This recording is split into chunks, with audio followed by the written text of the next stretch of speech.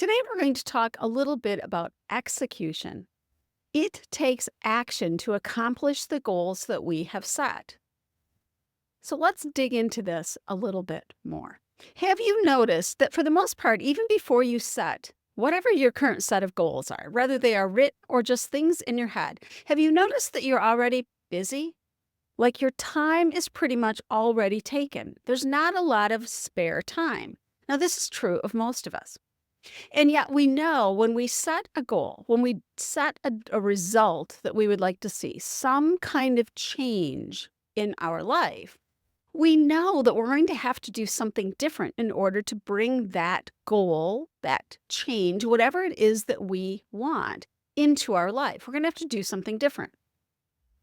This is where we can get into trouble. We know we're already busy. We have a full schedule. And we understand that to accomplish this, whatever it is that we want, is going to require us to make some changes. We're going to have to do something different. Do you catch that? We're already busy, yet we know we have to do something different. This very thing is the dilemma that frequently will slow down our progress towards goals or even at times halt it. So let's talk about what can we do, because these are both true statements. We are busy. I have a full schedule. That's a true statement. And I'm going to have to do something or things differently in order to accomplish this goal. Both are true. So what do we do with this? The first thing is we recognize that it is true. We may as well face the brutal facts and deal in reality. So we've now accepted this. This is true. What can we do? What is our strategy and what is our tactic in dealing with these two very true statements? We're going to start by planning on paper. I've talked about this before. We're going to go into a little bit more depth. What frequently happens because we're busy is we set the goals and then we kind of forget about it because there's no empty space to put anything. So here is our strategy to begin with. If you're just starting with this idea, I would almost start at the month. I frequently do this at the month level. At the beginning of the month, or right now, it really doesn't matter the month. But let's say today is the first day of the next 30 days. So we're going to look at what are we going to focus on in the next 30 days. Pull out your goal list. What are the things that you have on there? What is either the thing that you most want? What is it that maybe makes the most sense to work on? Choose one area. And then we're really going to look at it and we're going to look at all the things that we have going on in the next 30 days. And we're going to then look at this goal and we're going to say, given what we have going on in the next 30 days, is there, number one, anything I can say no to? Something that I was planning on doing that perhaps I can say no to, which will give me a little bit of room to work on my goal. So that's our first question. The second question is we're going to look and say, given what is going on, what can I do to move myself in the direction of this goal?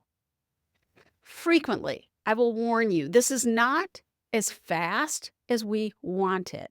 And yet, progress is what we're looking for. Progress. And given the fact that we have a lot already we're doing, frequently our progress is slower than what we would like. And yet, what's more important? Slow progress or no progress? Given that is the choice, most of us will take the slow progress. So once we look at what is going on in the next 30 days, we're going to be very specific and decide what is the action or actions we are going to take given the rest of our schedule in the next 30 days. Now, this could be something you're going to do daily. It may be something that you need to do 2 or 3 times. The next thing is I want you to go and make a decision on when you're going to do this and exactly what you're going to do. It has to show up somewhere.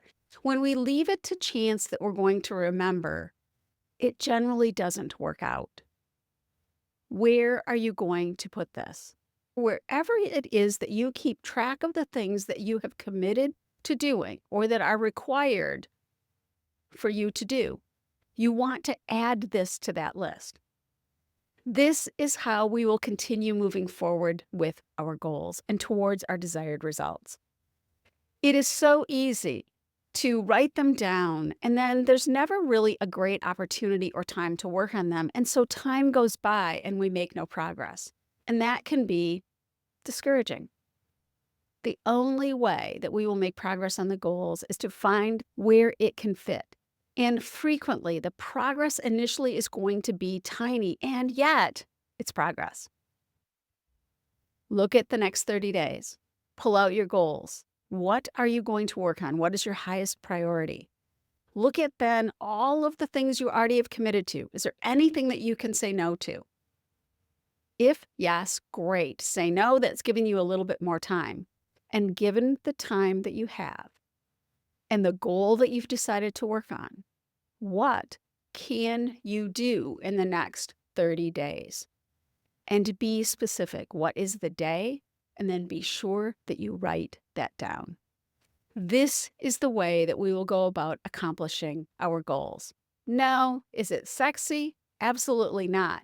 Does it get the job done? Absolutely.